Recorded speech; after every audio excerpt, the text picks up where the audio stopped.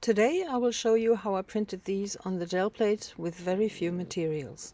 Just some masking tape, paper stripes and only one kind of weed.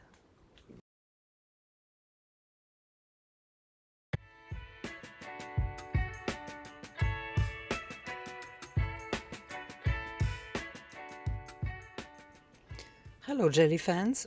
Before I get started today, I'd like to tell you that I have already started to work on the scruffy grass stuff prints that you voted for. So here's a little preview of that. But another idea came to my mind, which is the reason why I had to finish the first part of this video, and the second, the working out part, is coming next week.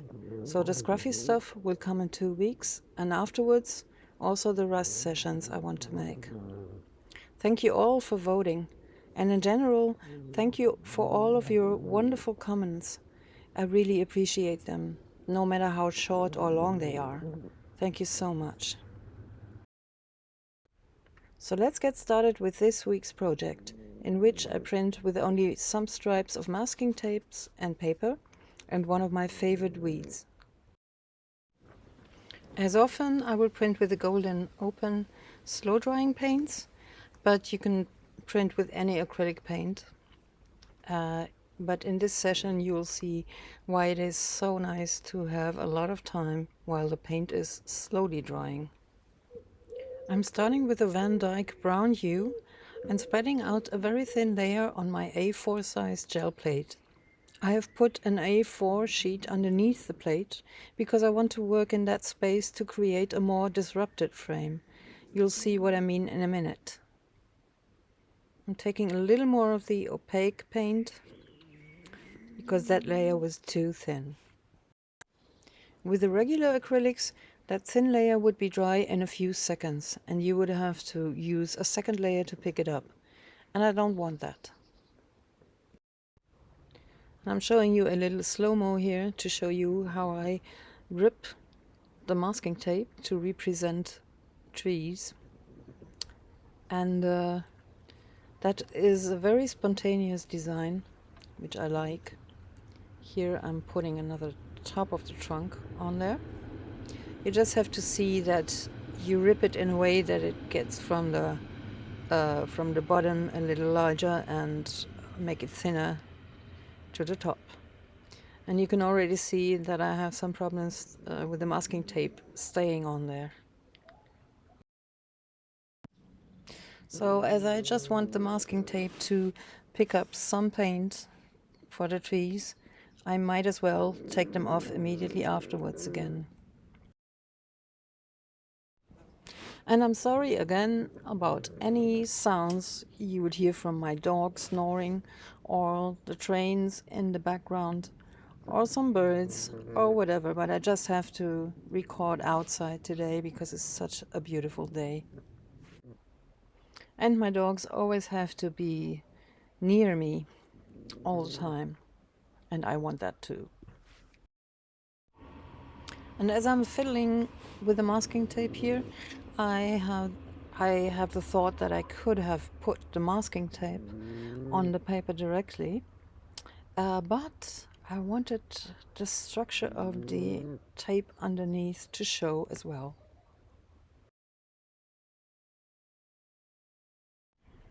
And I thought only tree trunks would be a little boring and sad, so I'm coming in with my favorite weeds that only grow in one place in my garden, and I print them every year. I love them.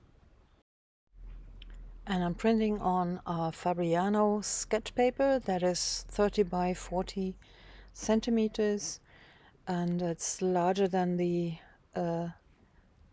A4 size prints I'm preparing, and so you can see I have this nice frame there. So you can see that the outline of the weeds is very nice. It's funny, it looks a little bit like an X-ray picture here. And I think that's too strong of a contrast, so I want to pick up what's underneath the weeds as well. So I really need some tweezers here, but Tina's too lazy today to get them, and the dogs too. So I'm using my fingernails. You can do that too, you just have to be careful.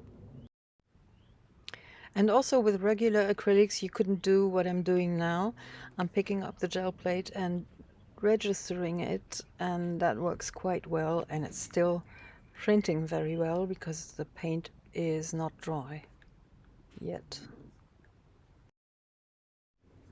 And turning the package around and rubbing on the paper a little more.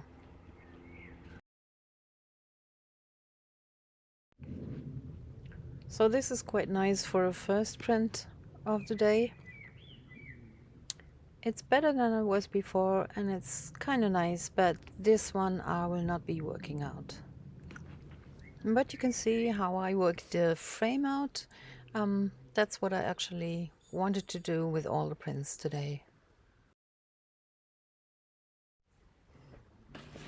For the next print, I tried the masking tape again, this time applying it to the gel plate before I put the paint on.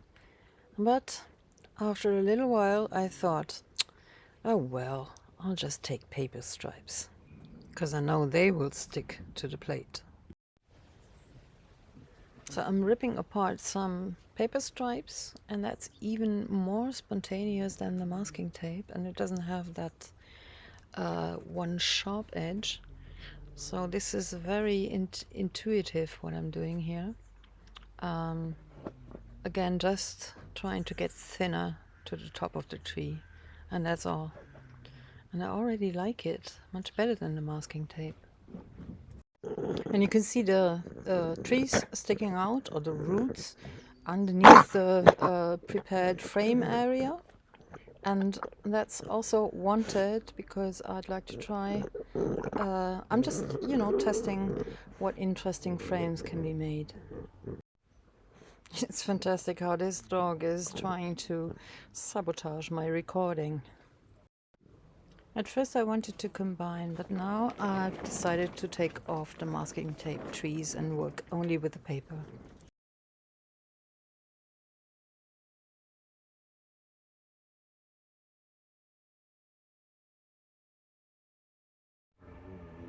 So as there is so much paper on there now, I can't really roll out the paint on the gel plate.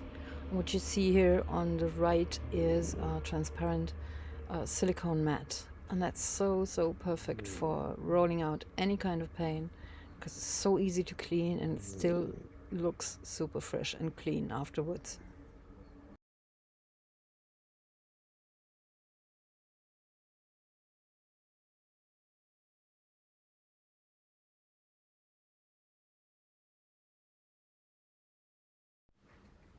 And now that I've rolled it out for a bit, I'm taking the paper off and putting some weeds on. Same weeds. They have suffered a bit and lost parts, but they're still working. I don't have so many of them, so I gotta take the same weeds. When you print weeds, depending on their thickness, you should always take care to press down near the stems and the seedy thingies. So they're losing more seed heads here. Still too lazy to get out my tweezers. And note that I'm taking out the weeds under the left side here, but keeping the right side in place, and then I turn it, press it on again, and hold the left side and take the weeds out of the right side. And this is how you get the ghost print immediately afterwards.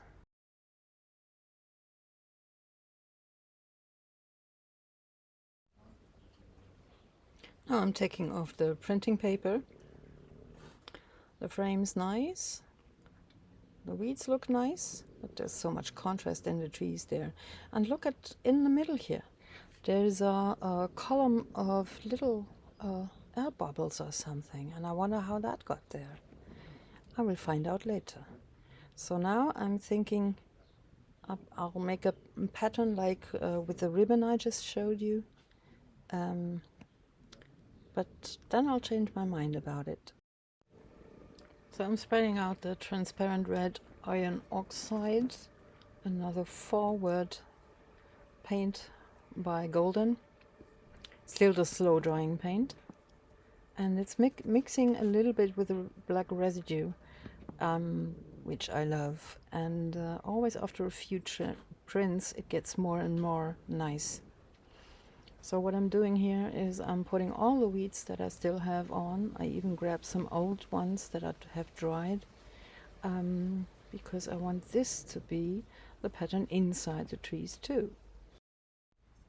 And I'm just taking off that excess paint with some scrap paper, which is not important, but even those pickup sheets look great, I think. And now all the weeds again, fingernails again.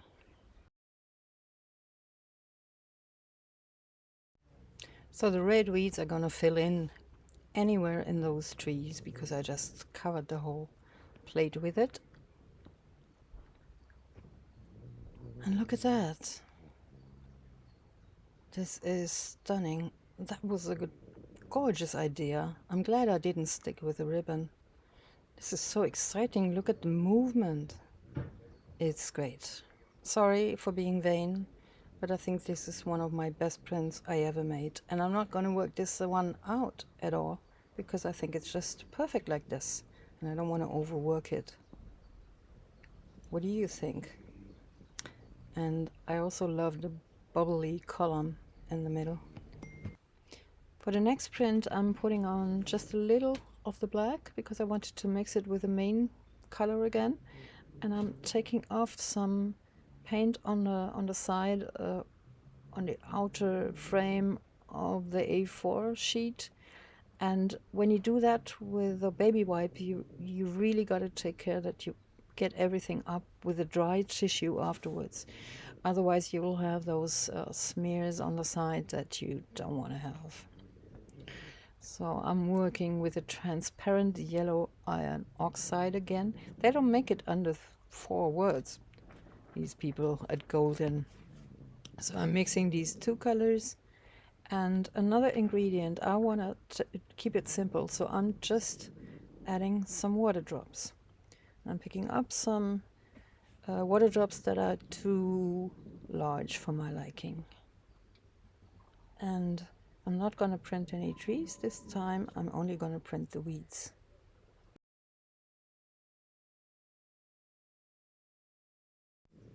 And I'm very, very sorry, but I forgot to record the printing process.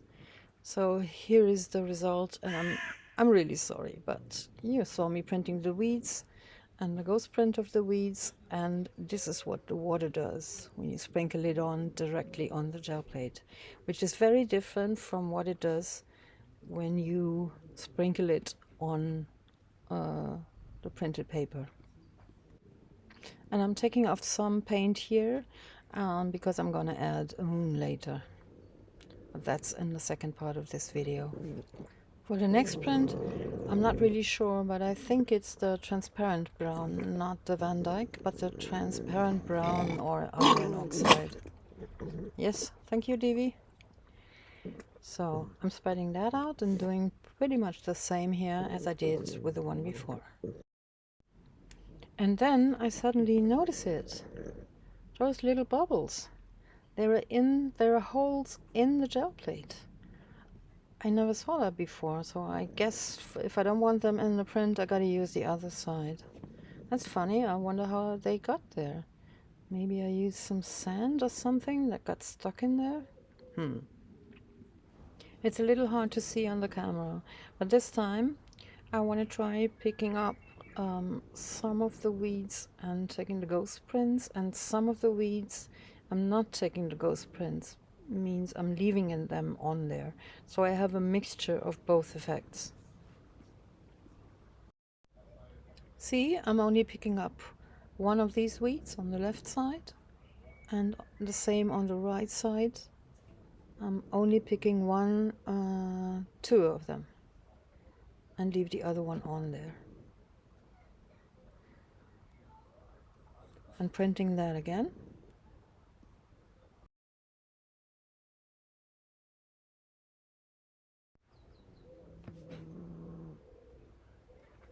And I definitely like the result with ghost prints and without.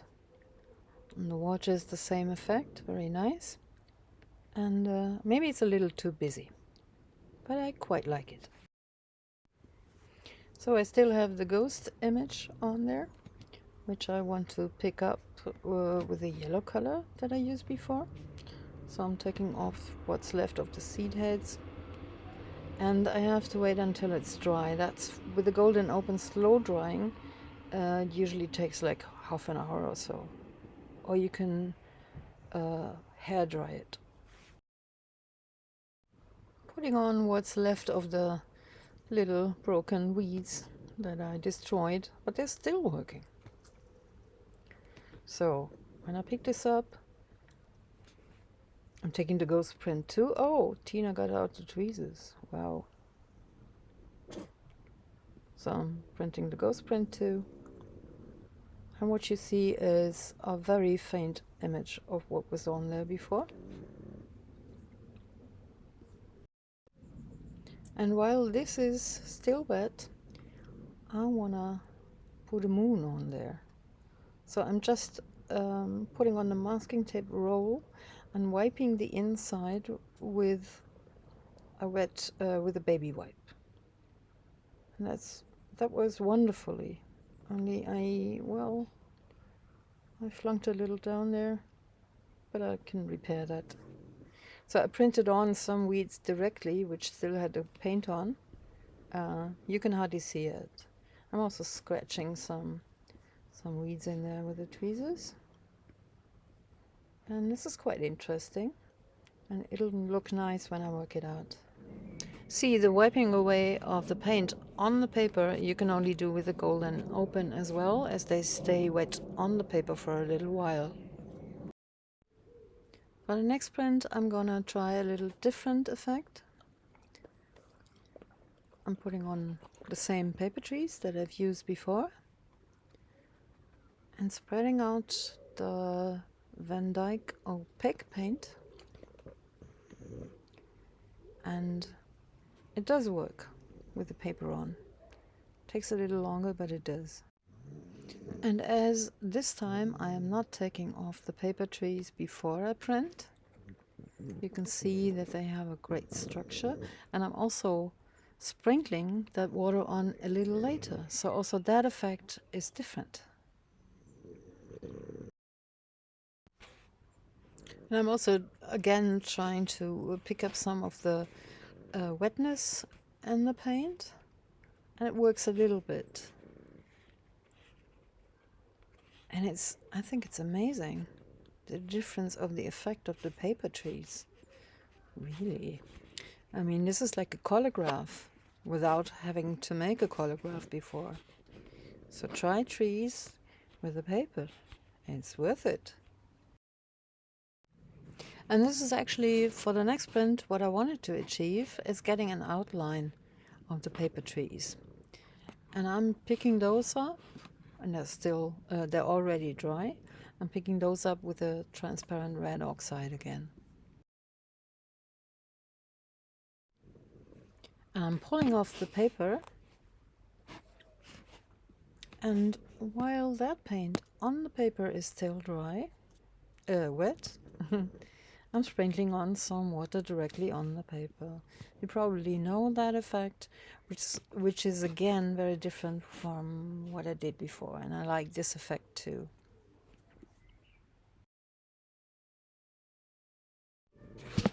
Well, you don't see so much of the trees anymore, so I'm placing on still the same paper trees as where they were before.